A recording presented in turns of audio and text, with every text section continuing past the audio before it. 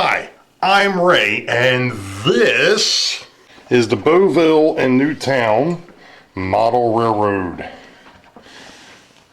And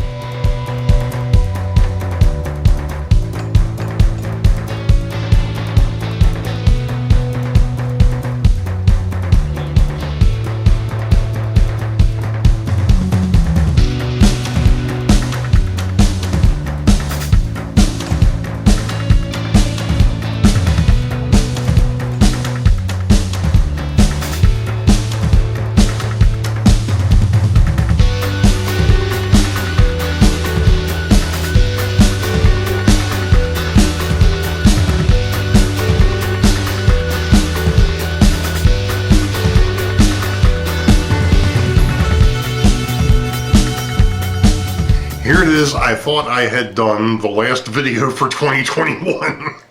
Got a bit of a mail call, and of course I didn't bother bringing over, well actually I've got one right here. Got a bit of a mail call.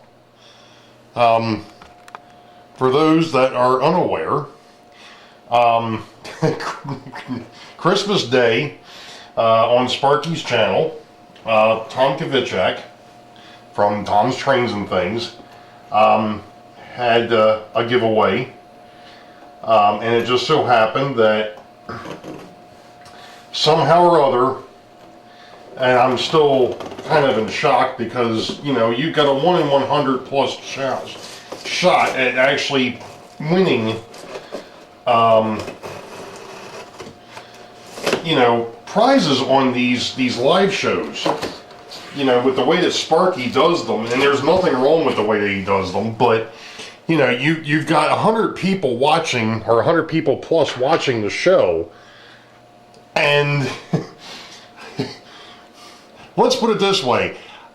I did this only because of the fact that it happens to be somewhat of a local road, and I happen to like, it's one of the few railroads that I do not have representation on the railroad for, and that's about to change because of this, and I'm going to be looking for some other things to go along with it eventually.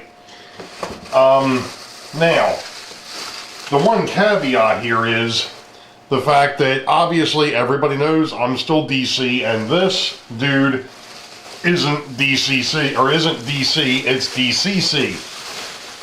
Which is fine, because I've already been talking to the train freak, and, well, there might be a way that we can down convert this thing to where I can actually run it, but, folks,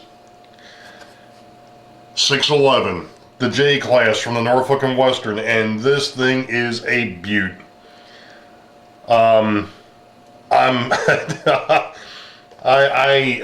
You know, I was kidding with Tom too, because I was like, well, if I'm not mistaken, he bought this at Star Hobbies, which is down in Annapolis, Maryland, which is about, I'm going to say, an hour south of me.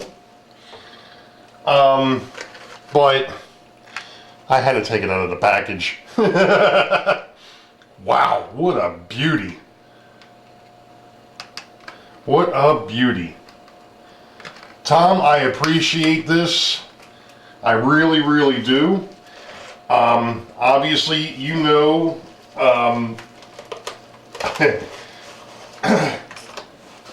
that obviously still being DC, I will find a way to get this thing on the railroad.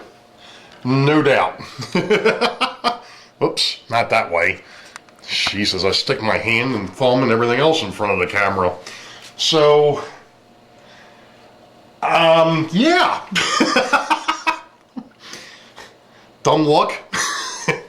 We'll see. But man, that is a beauty. That is an absolutely gorgeous locomotive. I still, like I said, I still can't believe that I have this, but you know what? You know, I appreciate Sparky having his yearly contest, and Tom for putting this up to be to be won on the contest. So that's impressive. I mean, this thing is heavy too. That is a nice locomotive. Again, thank you to the community. Thank you to Sparky and Tom. And hey, Happy New Year, because it just so happens that it is December 31st of 2021. Well, hello Trek gang, and welcome to vlog number 1 for January of 2022. It happens to be January the 1st of 2022.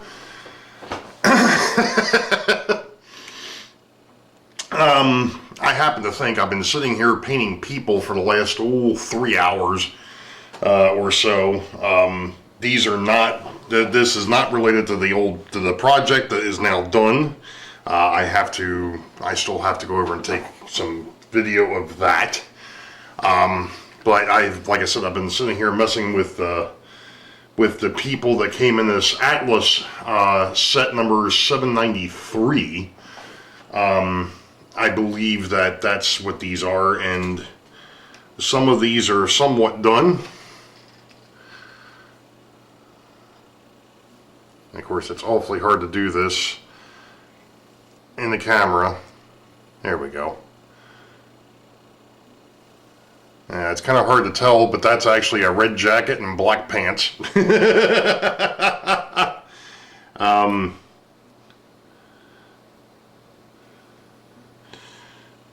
Here's one of the female. Like I said, I've been trying not to use the same colors over and over again, so. And this dude here, well, I can't pick him up because I just got finished painting him and I know he's not dry yet. I've still got some work to do on these, mainly the shoes, going back and touching up the faces, things of that nature, but they come on these wonderful sprues, and I've been painting them on the sprue and then getting them to a point. In fact, let me just go ahead and I'm going to pick one. And of course, I know my camera is about. It's getting a little. It's only got like it's running low on battery. We'll put it that way. Let me see if I can zoom this in just a little bit. There we go. All right. So hopefully I stay on camera as I'm doing this, because I'm not going to be looking at the camera. Let's see. These two guys are seated. I'm going to take one of these ones that's standing up still. All right. And I think what we'll do here is we'll do this guy over here. So I've got I've actually found out that in that box there was a very thin paintbrush. And this thing has been an unbelievable help. Let's put it that way. Now let's see. I've kind of done most of these colors. Well, I haven't given this guy. Alright, let's do it this way.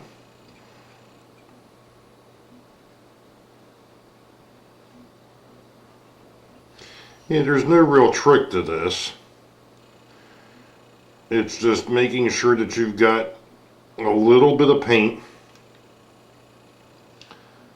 on the paintbrush, not too much. And of course, the inherent nature of acrylic, and since these aren't these haven't been primered, and to be honest, I'm not really sure what Atlas used as far as plastics went, but I've noticed that these are taking more than one coat to actually get done, which is not a big deal. You just have to hope that your paint doesn't dry up. And like I said, I've actually had some tricks to that too. When I was painting the DPM kit, I figured it out probably a bit too late, but I figured out that if you actually take a Ziploc bag and put it over top of your palette it will hold. So that's what I've started to do, and it's worked out wonderfully. Alright, so I've painted the guy's jacket a kind of a light green. And I think what I'm actually going to do is I think I'm going to give this dude some dark gray pants. That's what we're going to do. Let's see if my dark gray is still, yeah, it's still good. Alright, cool. Let's see if we can get the guy to, there's too much paint on the brush. There we go.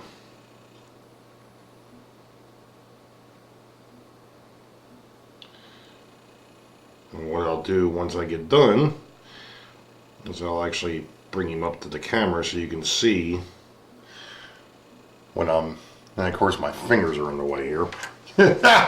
Sorry.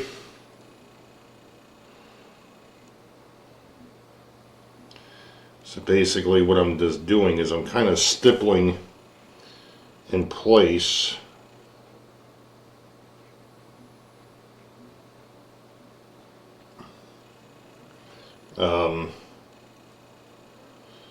when I'm not close to anything else, and when I have to, I brush it.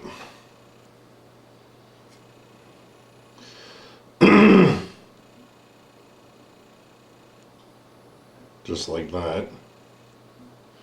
But when I need to get into these neat little crevices, I'm trying to be as careful as I possibly can.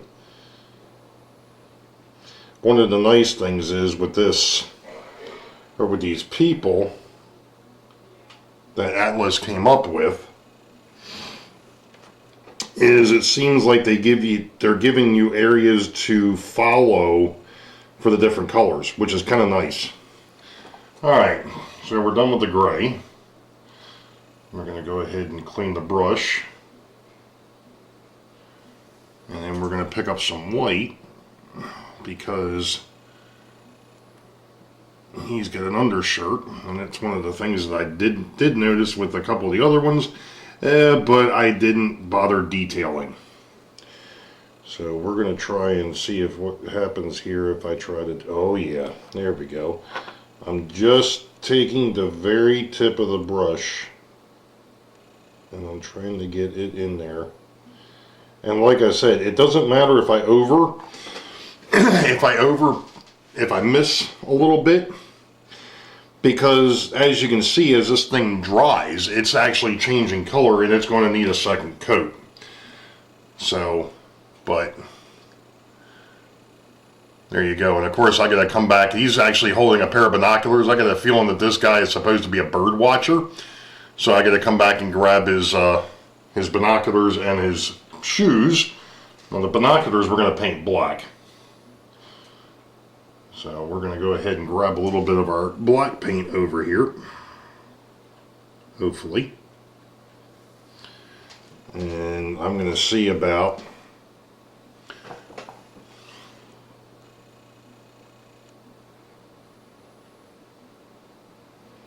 and it really helps to have steady hands, which is not something I've got.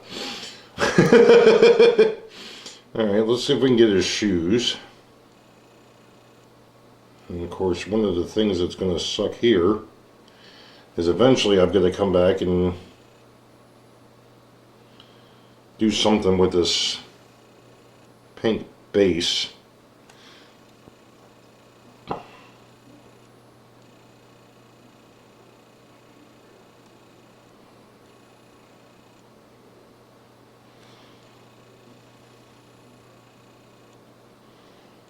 And see, like I said, some of these other characters I have not bothered painting their shoes yet. But I know that that's a bit of a mess around his shoes, but that's okay. That'll clean up later. I can get in there and I'll fix that. So that's basically it. You know, I'll wait for this to dry a little bit. And then I'll cut him off the, actually I'm going to go ahead and cut him off the sprue now because I can.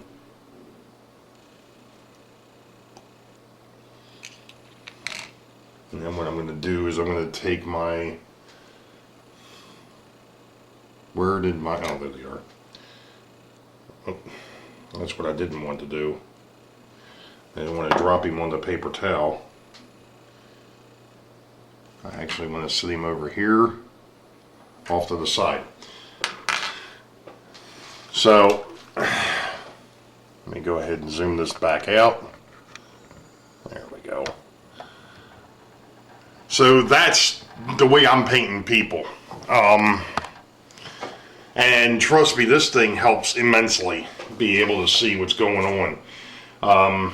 So I've got, let's see, 1, 2, 3, 4, 5, 6, 7, 8, 9, 10, 11. I got 11 more people to paint, and I still have to do some cleanup work on these other folks. So that's going to be kind of the thing for the day. So, you know, as I'm doing this, if I come across something that I think you ought to see, I'll bring it back in, and otherwise, we'll be back. Oh, what a blast this was.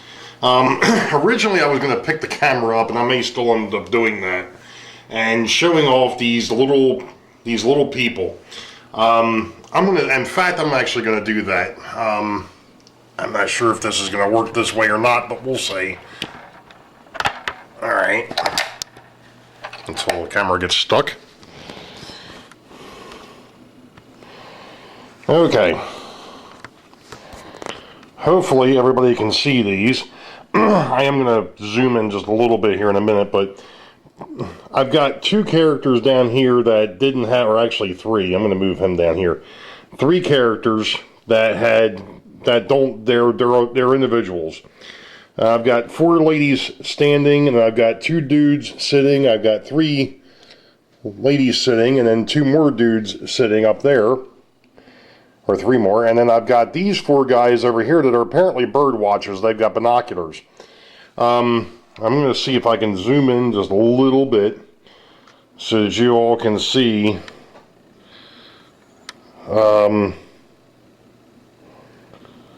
some of the possibly some of the detailing that was done. These things were a beaut. I mean, the ones for the kit were bad enough, and then these, well, there they are. These here were really a stinker. There's those 2 dudes sitting, and then we've got 3 dudes sitting there, and then we've got, I'm sorry, that's our 3 ladies. And then we've got 3 dudes up here.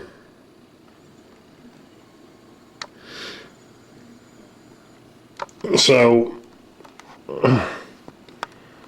you know, to be honest, and this has taken me like 3 days or more to do these.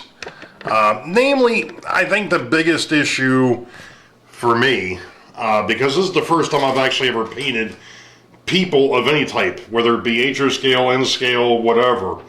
I think the biggest issue that I had was trying to come up with colors that would kind of look good, that aren't used by normal manufacturers.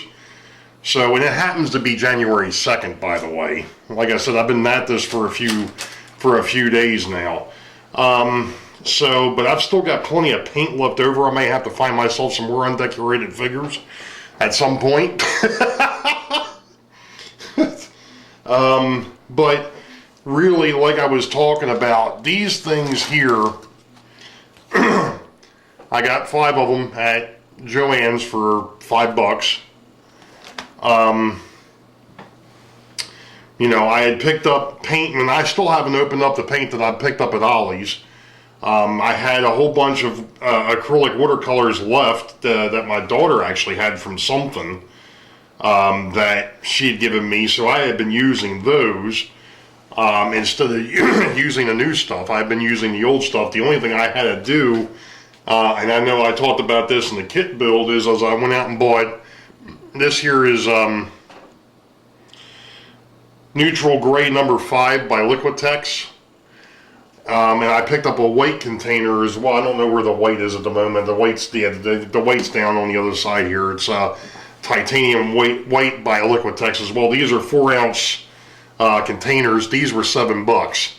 These ain't cheap. But you got a lot of paint there, and you know that I recommend. I mean, Liquitex is probably it's probably what you're paying for is the brand name. But other than that, that's going to finish this vlog. We will, well, the outro is coming because the outro actually came from something else. So wait for it. We'll see ya. You all know the deal. Wait for the highball. Green tracks ahead. We'll catch you all next year. Be safe. God bless. We'll see ya.